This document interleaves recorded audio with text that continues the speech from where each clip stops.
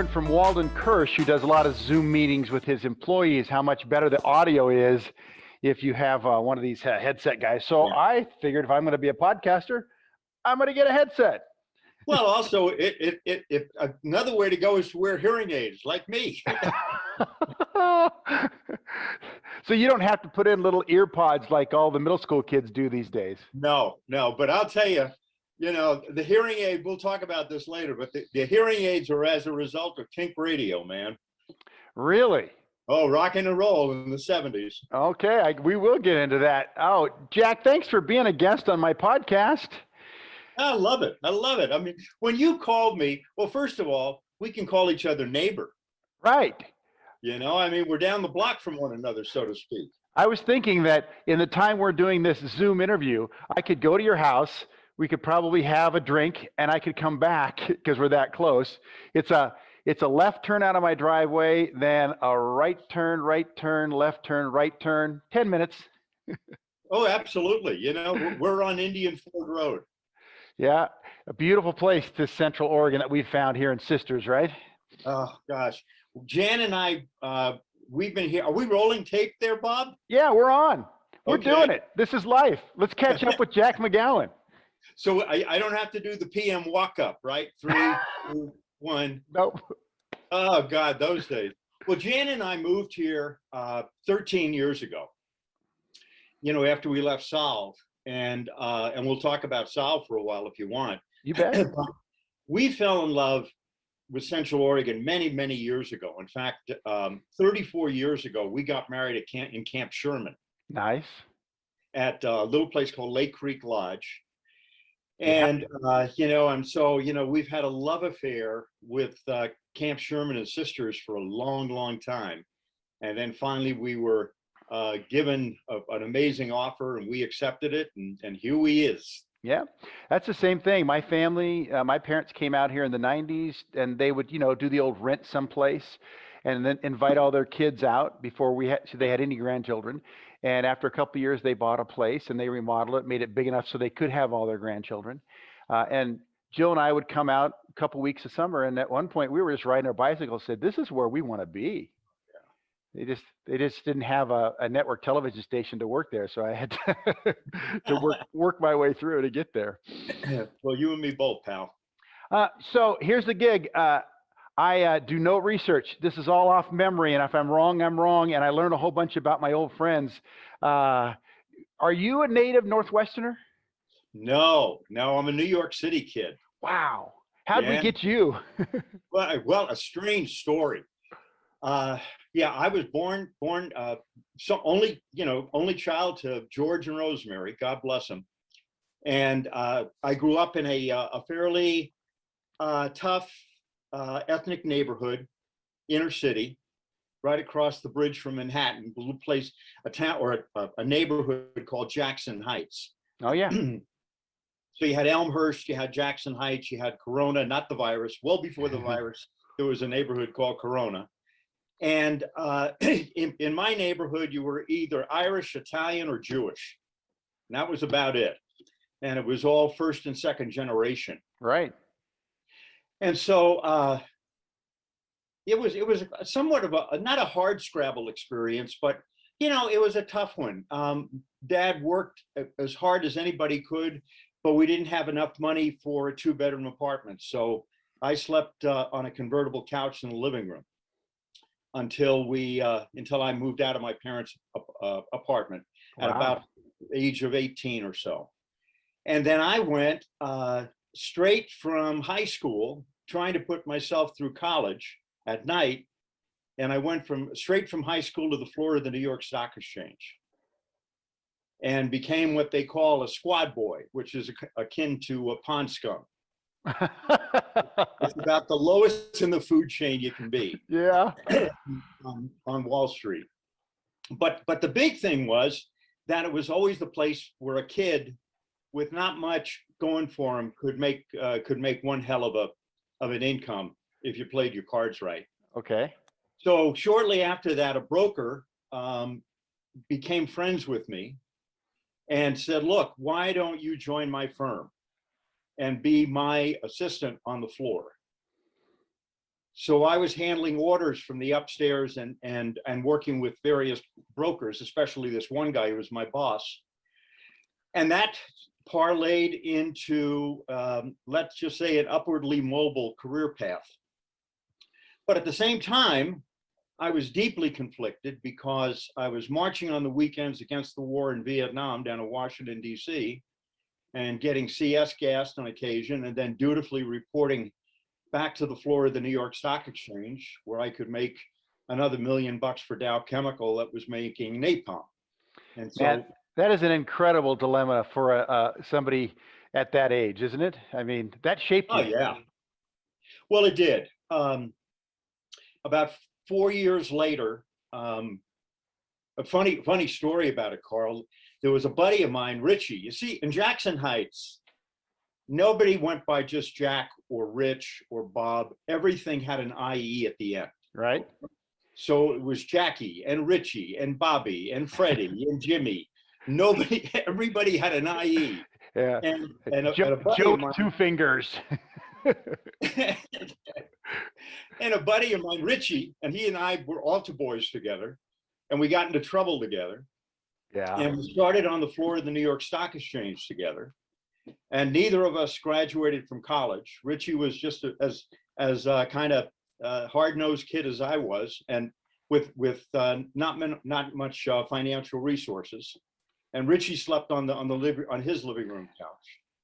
And we both started on the exchange floor together. And this is a kind of a colluded path, but I think it's an interesting one.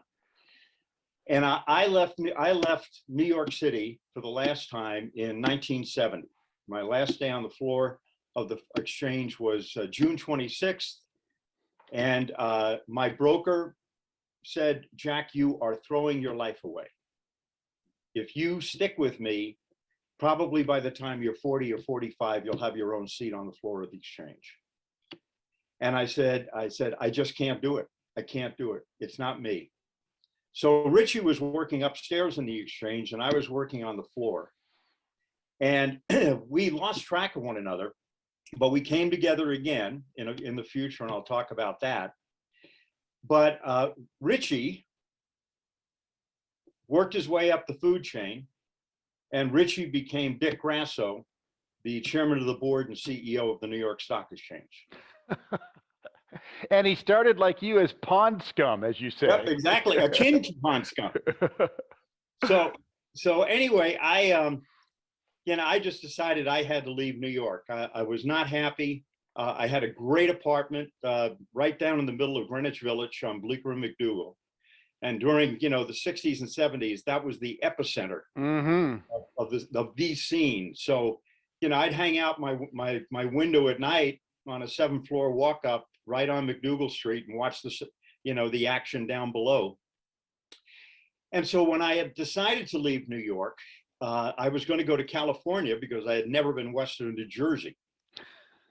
And so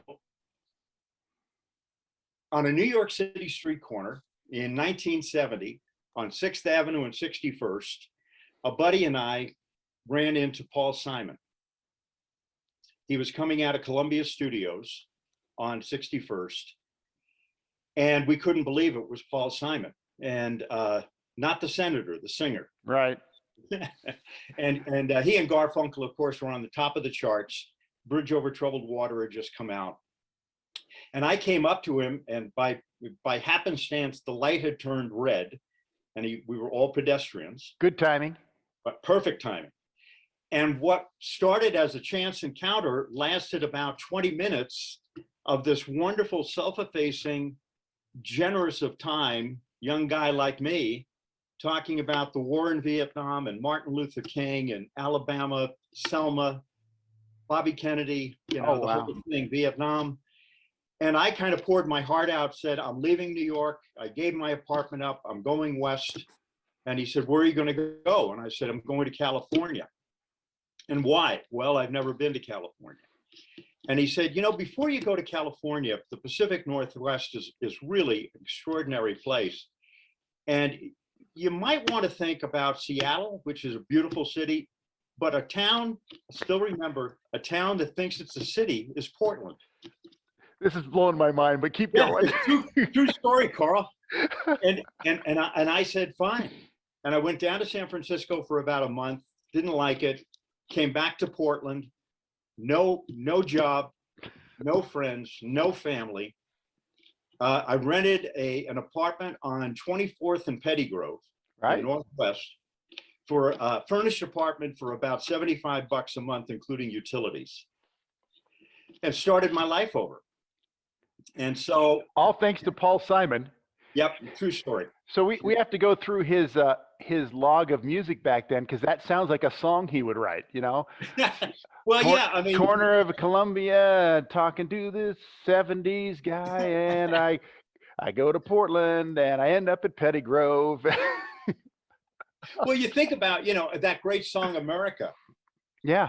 We've all come to look for America. The lyrics are just extraordinary.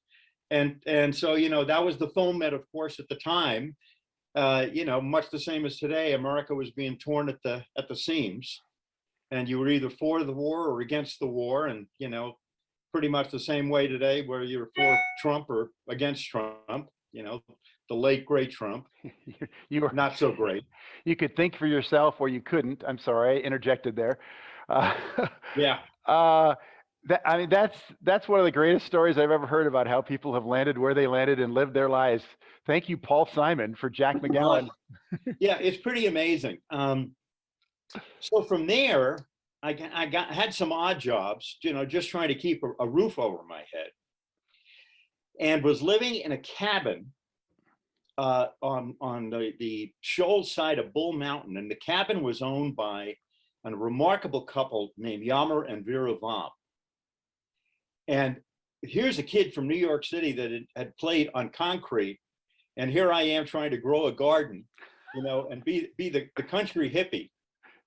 And Yammer was great. Yammer is legend in Mount Hood circles. He was the first guy to ski from the summit of Mount Hood. And he was also the man that created the world's first safety bindings for skis. He was a machinist by trade, came from Norway. And Yammer and Vera kind of adopted me, and were really remarkable to me in these early days.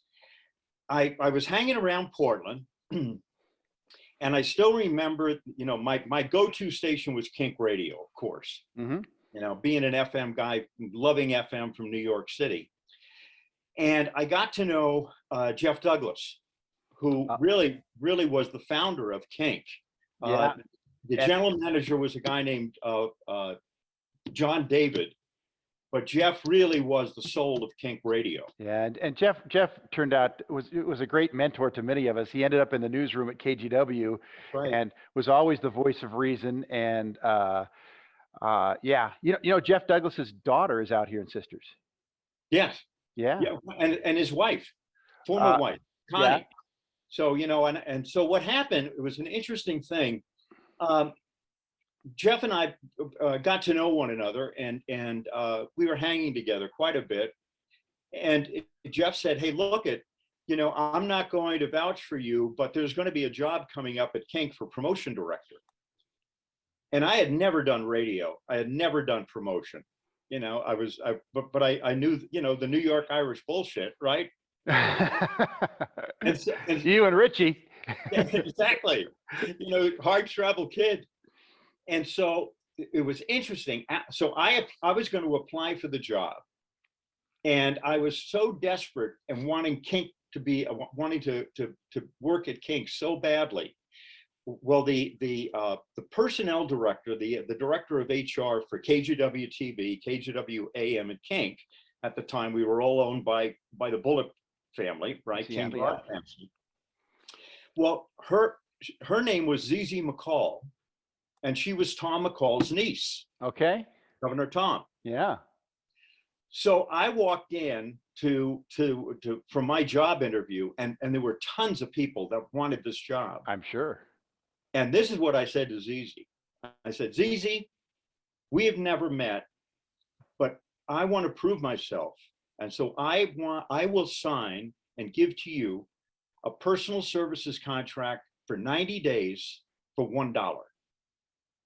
And at the end of the 90 days, if I prove myself that I'm going to be a valued employee, then you hire me full time. And if I don't, then you pay me $1 and I walk away. And I had saved enough money that probably at the end of 90 days, I'd be homeless.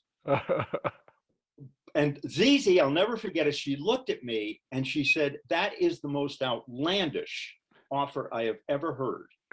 And she said, "We'll get back to you." And Jeff wasn't in the interview. Right. It was Zizi and me. And I got a call like 2 days later, and Zizi said, we'd like to hire you, not for the $1, full time. So I got on Kink in 1974, and I worked at Kink from 74 to 78. And Jeff, one day, I'll still remember it, I had no radio experience. Jeff had a meeting with the management at King Broadcasting, and he put on a long Joni Mitchell cut. And he said, "Jack, I'm going to be in this meeting. You know how to operate the board. You go for it." And all of a sudden, I'm sitting there, Carl, and I've got like 45 seconds left. You've got one Joni Mitchell verse to figure out how to be a radio guy. Exactly. And at the end of the Joni Mitchell, I had queued up another LP and flipped the switch, and I didn't even know what to call myself, so I called myself Jack McGowan. And that started my career on Kink. Most of us did that at our high school radio stations, during third and fourth period. You learned right at Kink. So, and again, remarkable times. And it's interesting, Carl. It just shows how fast life goes. So out of the original, unfortunately, guys, because women were, didn't really have that much of a yet, and deservedly so now, of course, but there wasn't that many positions for women in it was FM radio, and it was guys. Cindy Hansen hadn't come along yet, because she did that job. Or Rebecca Webb, or all of the other wonderful people. So out of the original people, so it was Jeff Douglas, Scott Carter, who started Lights Out, Les Sarnoff, Mike Bailey, on and on. There was 9 of us that were either 4 of us on the air daily and 5 on weekends that were just doing piecemeal shows. Right. I'm the last survivor. Oh, that's too bad. It really is. Jeff is gone. Les Sarnoff is gone. Scott Carter is gone. Mike Bailey is gone. They're all gone. And I can remember, when I would fill in for Jeff on the morning show, Craig and Craig Walker and John Erickson were no more than 30 feet down the hall from me, doing the powerhouse 62 KGW. Yeah. And we would both race. John Erickson and I would both race to get the 7th expanded UPI to put our newscasts together. Right. I thinking back now, the timing on that, we first met when you came back to KGW to do PM Magazine, but we may have met then because my junior high drama class, radio class, we had a great teacher. We took a tour. I took a couple tours of KGW, one then and one in high school, and it was about that time where we got to sit and watch Kink Radio do their thing, and then we went down the hallway and we saw Craig do his thing. So I may have been there for one of your shows. Could very well be. You have better memory than me on that one. Let's just say FM at the time. Sometimes not only your hearing went. You just had the pots turned up too loud, huh? Oh boy, I'll tell you. Oh God, yeah. It finally happened. Jan said to me about 10 years ago. She said, "You have got to get hearing aids. You have got to get hearing aids," because it was 4 hours cranking the pot up all the way, and just when you're in your mid-20s, are you thinking about your hearing? No. And then you're introducing all the Paramount shows that night. Before it became the Arlene Schnitzer Concert Hall. Boy, that story of that 3-month $1 contract, that was bold. I mean, but I think that you know, that's you though, Jack. I mean, we're going to go through all the things you've done in your career, and did you call it what, New York City Iris BS or something like that? I mean, that's how you get places and meet people and do things, and it becomes, you know, your legacy of product over all that time. That's how the streets of New York taught you well. Well, yeah, you know, there's an old saying, you know, New York is a town with no foreplay. And it really, you know, it really is the truth. You grow up very quickly, and for good and bad. Yeah. Both ways. So how did you transfer from being on the air and being at Kink to city government, right? Well, the career was crazy. I went from Kink to public affairs marketing director at the Oregon Zoo, which was called the Washington Park Zoo at the time, and came up with a crazy idea of the zoo concerts. Right. Yeah. And so started the zoo concerts in 1979. And then from there, the former public affairs director at KGW, Joan Biggs, I left the zoo, Joan left KGW. She and I formed a partnership, business partnership called Biggs McGowan. And the first thing we did was start the Mount Hood Festival of Jazz. So from there, I sold my side of the business to Joan after a few years. And then out of nowhere, Bud Clark called me. He had just won the mayoralty, right? And I was living, this is the funny part, I was taking a sabbatical, and I was living in a remote cabin on a remote ranch on the Deschutes River. I mean, to way the hell and gone, down in the river canyon. And I was putting a new roof on the cabin of my dear friend. And all of a sudden, the ranch hand rides up on his horse with chaps, the ranch rifle, the whole 9 yards. And I'm up on the roof. And he said, Jack. And I said, yeah. And I'm up there. And he said, Jack, the radio telephone is ringing, and there's a guy who needs to talk to you, and his name is Bud Clark. I knew that Bud had won. And I went, oh my God. So I got off the ladder, hopped in my Jeep. This is a tavern owner who, you know, for people who weren't around in the 80s and 90s, a guy who just, all he did was run it was the Goose Hollow Tavern.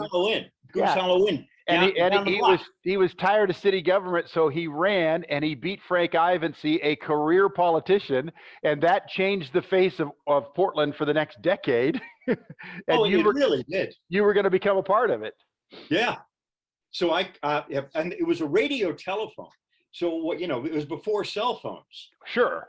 So the radio telephone, it was a squawk box. So you'd talk over.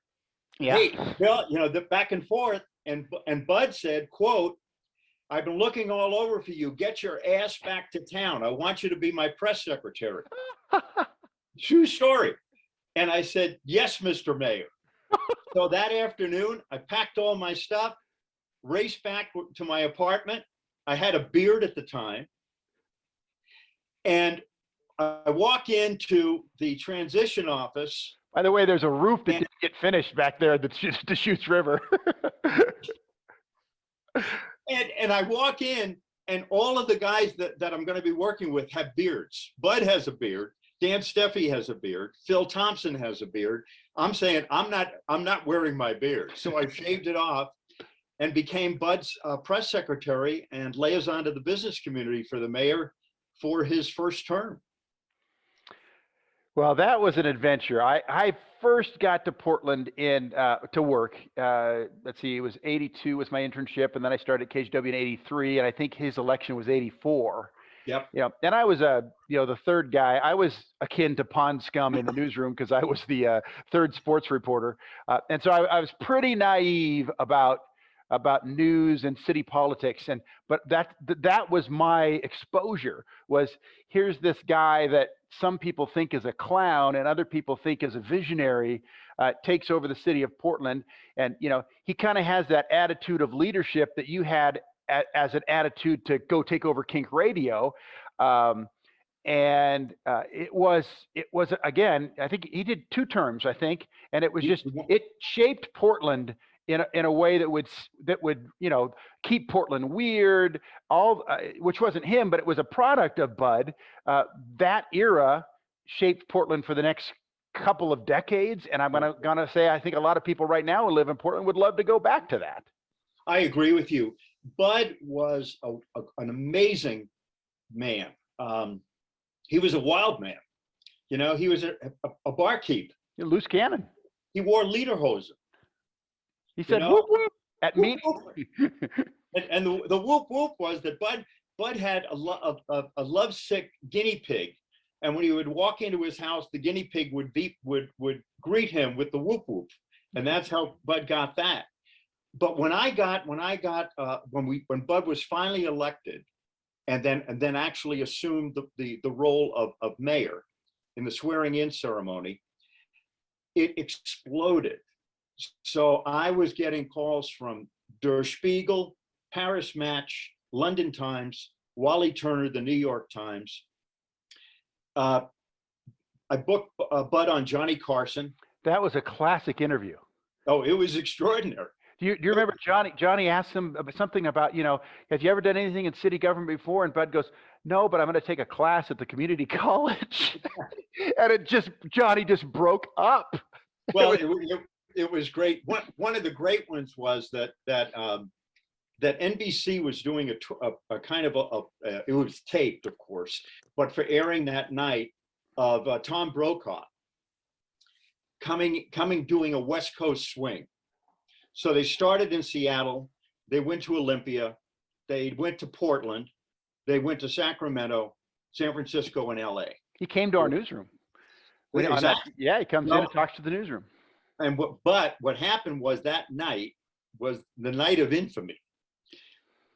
Bud, so I'm with Brokaw and Bud, and the 3 of us are in Bud's office, and Brokaw's getting some color stuff about Bud.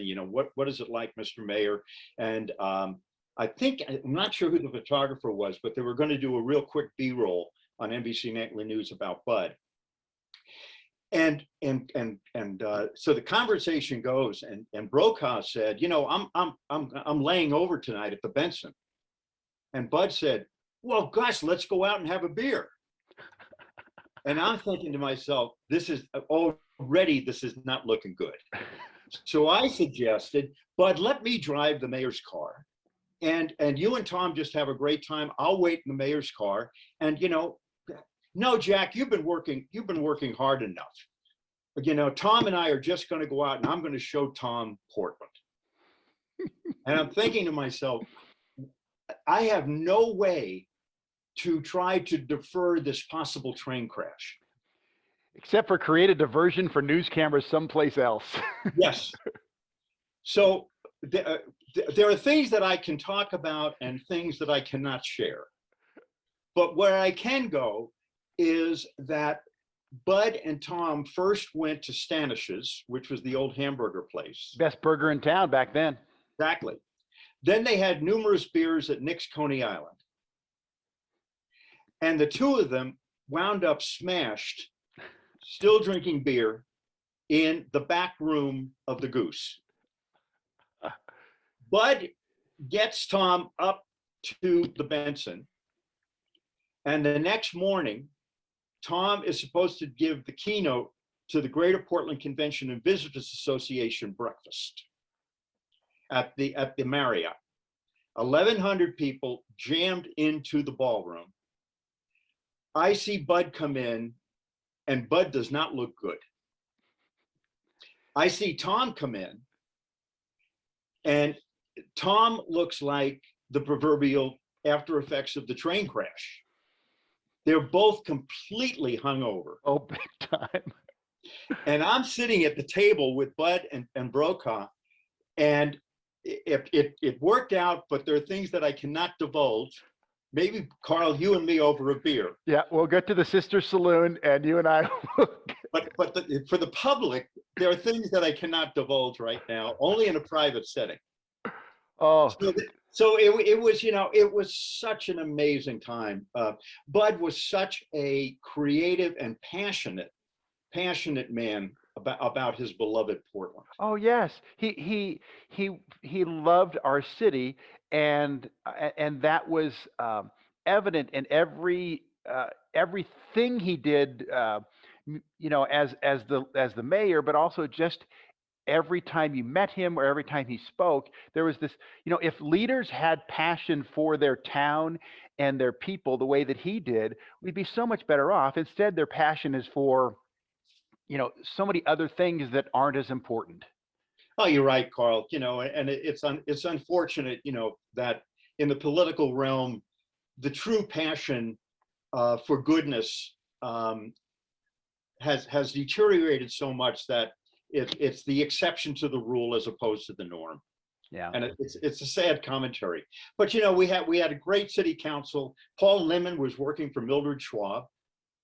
Okay, I'll stop you right there, because your Tom Brokaw, Mayor Bud Clark story is a classic. It's great. It is rivaled by Paul Lindman's Mildred Schwab and Van Clyburg story. And if you haven't heard that, you have to go back and listen to my Paul Lindman podcast from a couple weeks ago. You put those two together and you realize that we had no idea what was going on in our city at night. It's so true. Mildred kind of adopted me. A funny sidebar. Paul had already left Mildred's office, and so I became kind of like the second Paul Lindman, where Mildred would call me up at my office down the hall, and she always called me honey. So she'd call me up and she'd go, honey, come on down here. I want to talk to you about the mayor, some city council piece, whatever. I would come in. Mildred was a chain smoker par excellence. You bet. And you weren't supposed to smoke in City Hall. And of course, Mildred being Mildred, the ashtrays were overflowing. The white walls were now a cream color tan because of all the cigarette smoke. She had a dog named Ranger. And Ranger, because Mildred couldn't smell, Ranger had the most horrific intestinal discomfort that he would expel regularly. So you had the dog lifting his leg and farting. You had Mildred not smelling a damn thing. And me sitting there with tears rolling down because I was being asphyxiated. Exactly. They probably had to sandblast that office after she left to get everything out of the walls. And Mildred would not allow anybody to come in and clean the office, so she had the sole key to her office. Wow. And so the office was never cleaned. But, remarkable people. And then from there, go ahead, Paul. Well, I was just going to say, again, remarkable people during that time with a great passion for our city and our citizens. You add Vera Katz to that, Oh, yeah. And I mean, just, it was, I want to go back. I want to go back because right now everybody says, you go back to Portland and it's just so sad the way things are. And, 30 years later, where are the Bud Clarks and the Mildred Schwabs and the Vera Katzes that we need? Well, that's exactly right. You hit it right on the head. In Portland, those were still the last days of Portland's naivete. Right. We had a wonderful, and I don't mean that in a disparaging way. The naivete was that we were so proud in such a sense of civic pride. We loved where we lived. People took care of each other. People took care of downtown. That sense of simple pride of place, not just sense of place, but pride of place permeated the city. Mm-hmm. You had a sense of where you were in the town. yeah, and we had problems. You know, I remember one of the terrible things that we had to deal with. And here you have George Floyd, and you have the other horrors that are continuing in this country.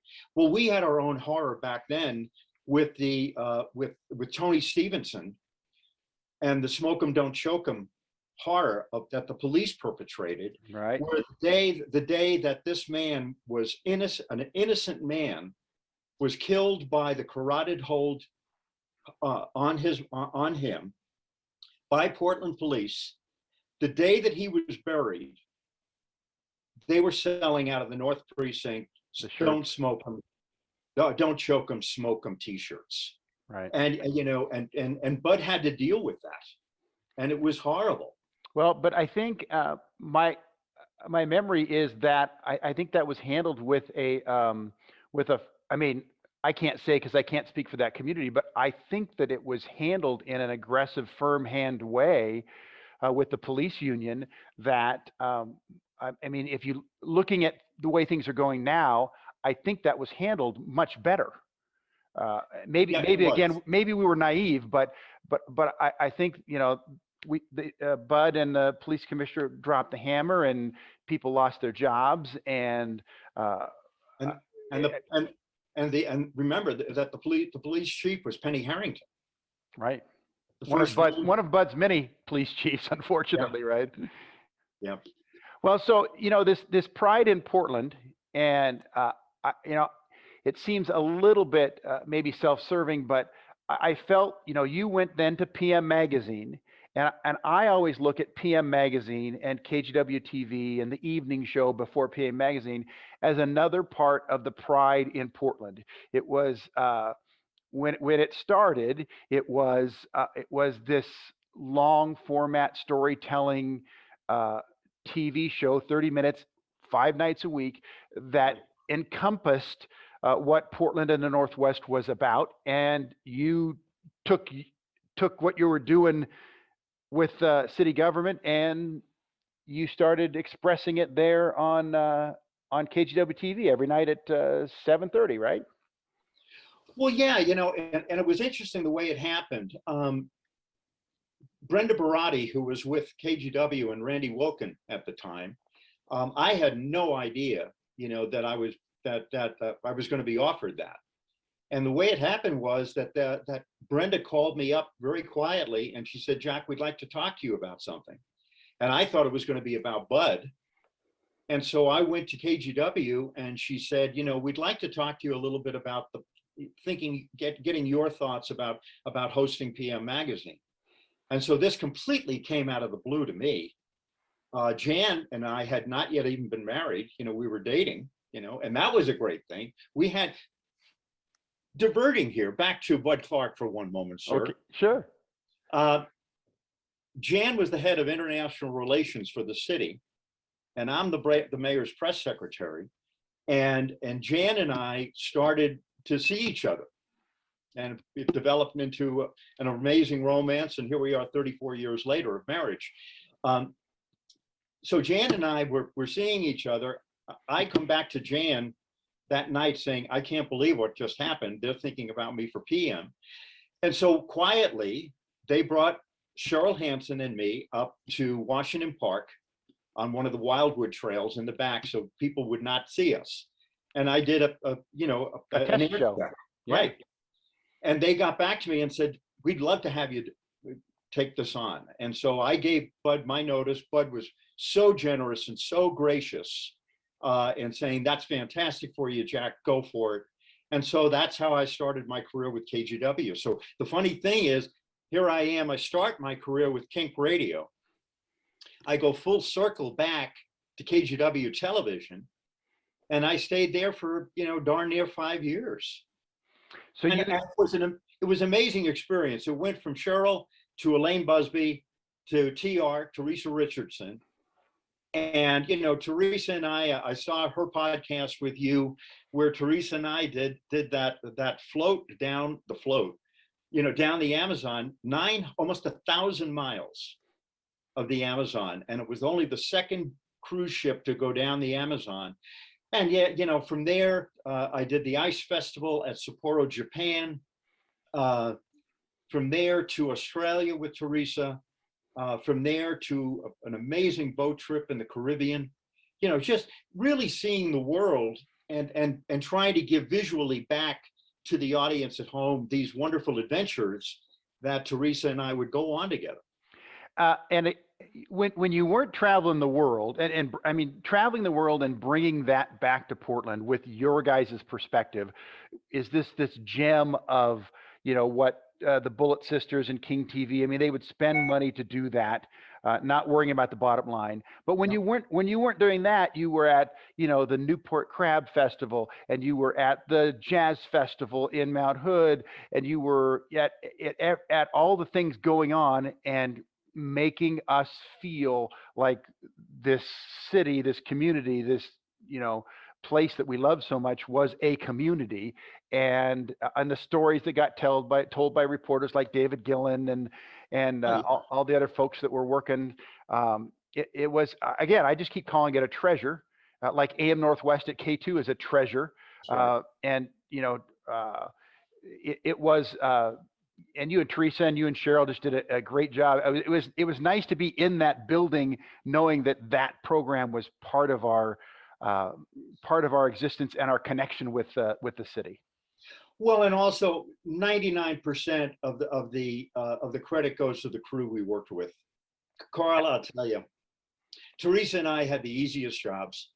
All we'd have to do is be in front of the camera, memorize some lines.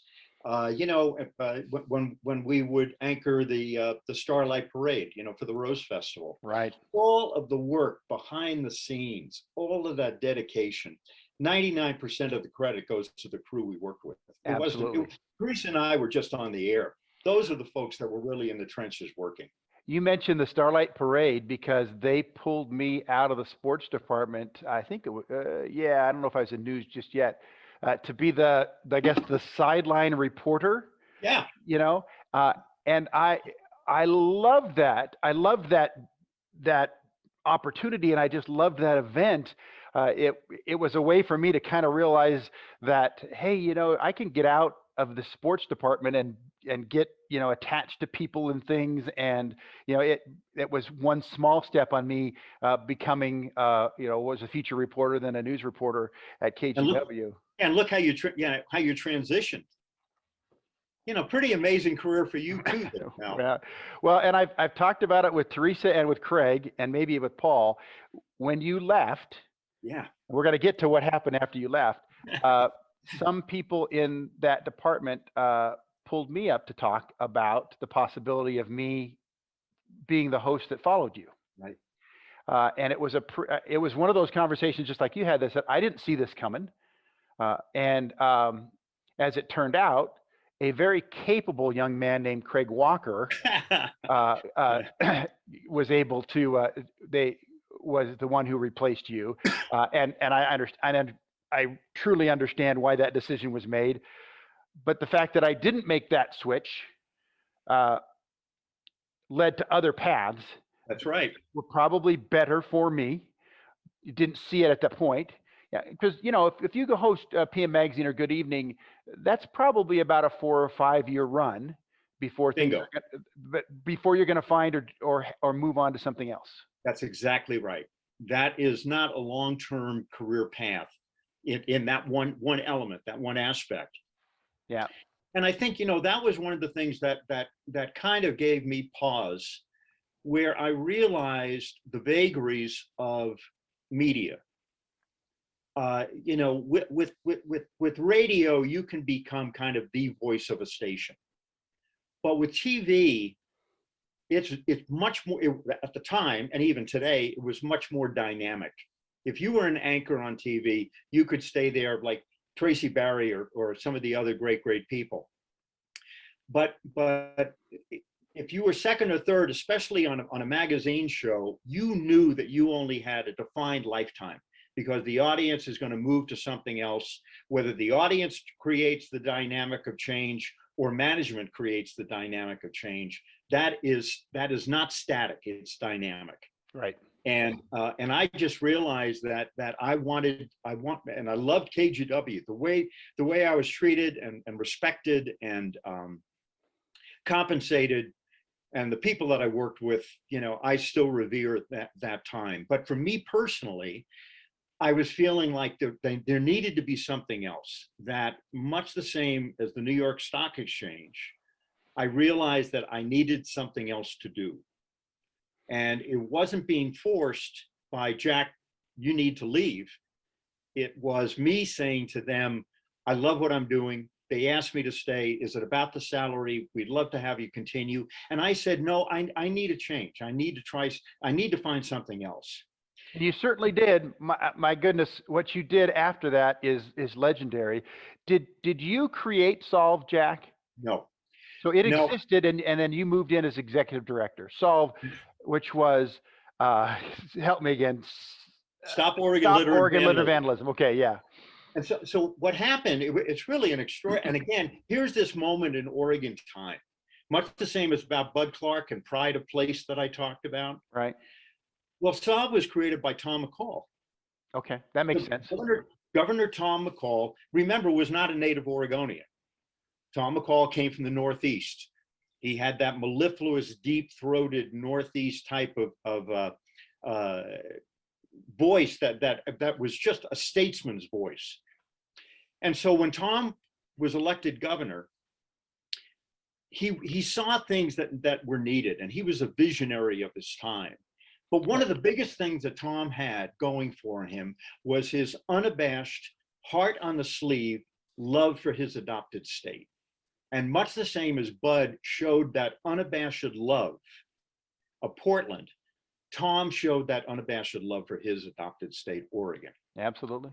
And so during Tom's tenure, he was known for the 4 pillars that he created. The Beach Bill, still the only state in the continental United States where you can walk the entire coast and not encounter private property. The only state. Legendary. Exactly. The Bottle Bill, the nation's first container law. Senate Bill 100, land use planning, that is still revered in this state. And 4th, SOLV. So it's Beach Bill, Bottle Bill, land use planning, and SOLV. And when Tom created SOLV, and I'll never forget this quote, Tom stood on the steps of the state capitol and talked about his vision for Oregon and creating this organization that would be grassroots. And we'll talk about the philosophy of that in a bit. But the quote is indelibly etched in my mind and in many Oregonians' minds. And this is the quote from Tom. Heroes are not giant statues framed against a red sky.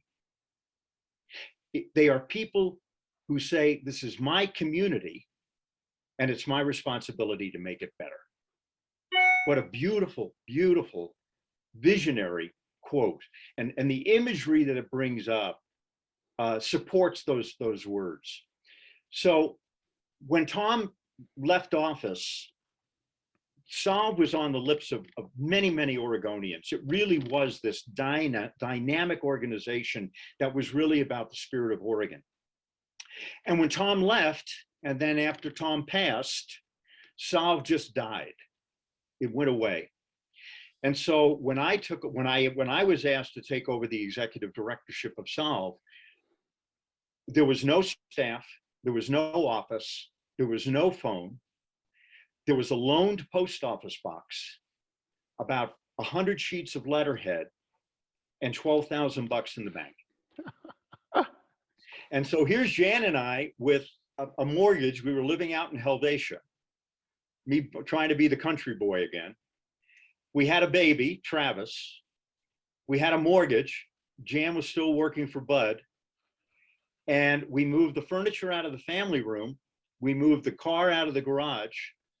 The garage became the warehouse for all of the beach cleanup bags and all. And the family room, we got 2 literally broken down desks. We were dumpster divers. And I found a broken chair in the drop box behind KGW TV. And that became my executive chair. And we ran SOLV from our home for 5 years. Yeah, I remember I came to interview you for one SOLV project that was going on. And I just remember the line that we went to your house and we were setting up and you moved from the kitchen to your dining room and you said, oh, there's my commute. That's exactly right. You hit it on the head, the coffee cup, and then down to the family room. So Jan and I, we led SOLV for 18 years. And, you know, think about a marriage, think about a relationship where you are together 24/7. The stresses of trying to rescue and build a nonprofit, hand to mouth, barely making the mortgage payments some months. And you're not hearing her because your hearing's gone. So and so what we did, Carl, it was an extraordinary time. We built SOLV from a staff of 1 to a staff of 26. We went from the budget of $12,000 a year to 2.6 million. And under Jan, mostly Jan, 99% of credit goes to that remarkable lady. We grew SOLV to be the largest volunteer nonprofit in the Pacific Northwest. Yeah. And it was the simple aspect of give back, do not take Oregon for granted. We created something that we call the episodic volunteer. And what we realized was that the days of the candy striper, the days of the volunteer librarian were pretty much over. The reason being was that people were so involved in their own lives of raising kids. The compression of free time had limited people so much that we saw that we needed to create thousands of volunteer opportunities throughout Oregon every year where people lived and say, hey, we're going to clean up the entire coastline this coming Saturday. Can you make it? You can't do it. Wednesday, we're going to be painting out gang graffiti in Northeast Portland. Can you do it? Oh, you can't. Okay. Thursday, we're going to be cleaning up part of the Sandy River. Can you do it? And the concept was the aspect of an episodic volunteer was you don't have to go every single Thursday to the library from 3 to 5. We'll give you enough volunteer opportunities at your point, where you live, at your comfort level, that you can become part of that Oregon experience. And it worked. Yeah, it did. And because I remember SOLV eventually, it became like must-see events, you know, or must-participate events.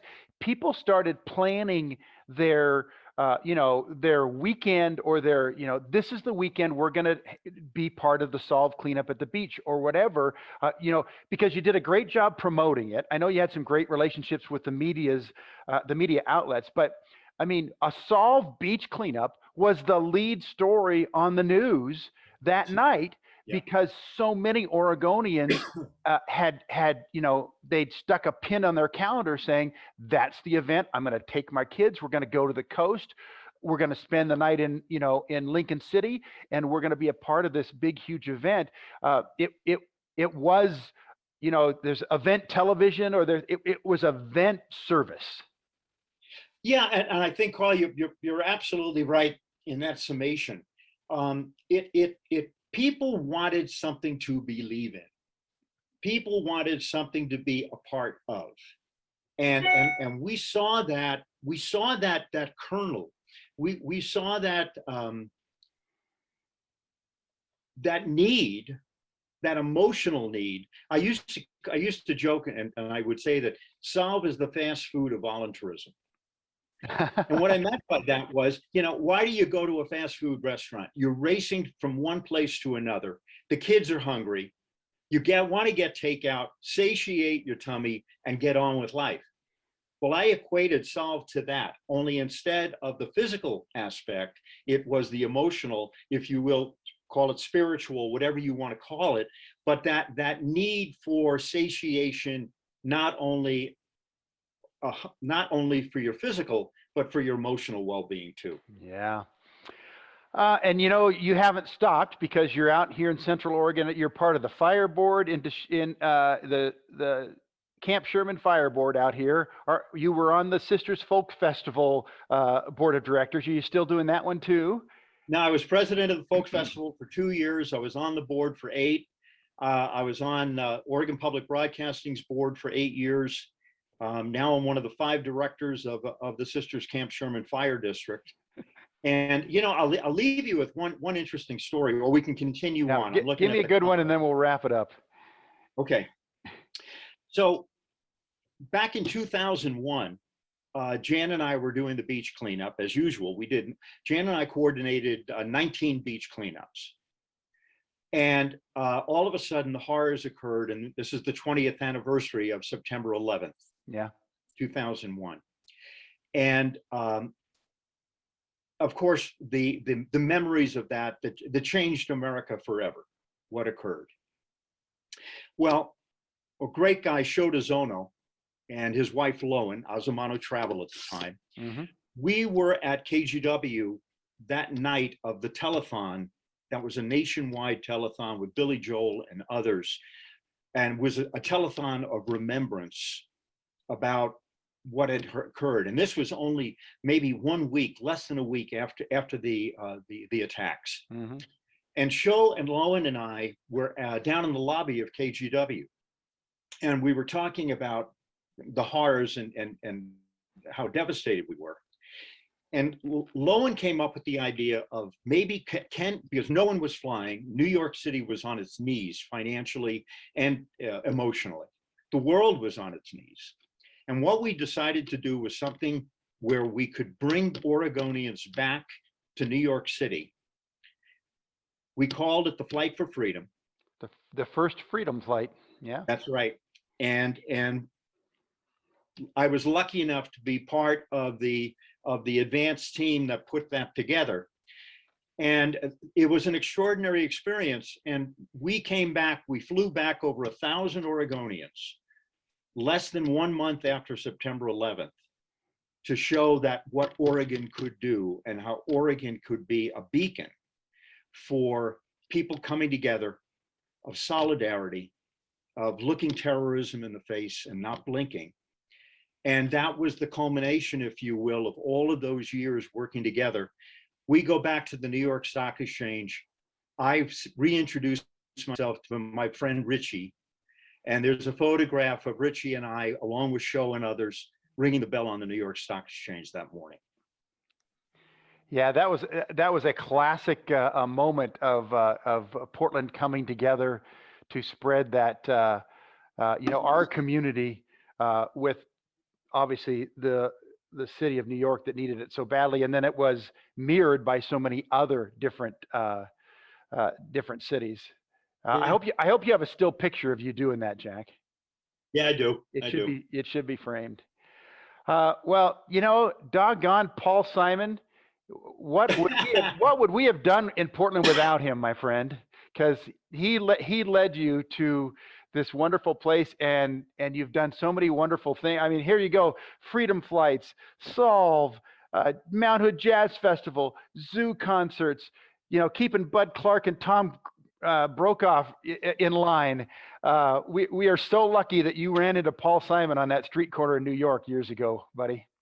Well, it's been an absolute pleasure. I am such an unabashed lover of Oregon, Carl. It's the New York Irishman loving his adopted state. Well, and we love you too. This has been a great chat, Jack. Thanks for having the time, and we are going to get together for that beer so I can get the rest of the Brokaw story. Oh man, it's a good one, I promise you. All right. Thanks, Jack. Keep up all the great work. Thanks, guys. Take care. And our best to Jan too. Thank you.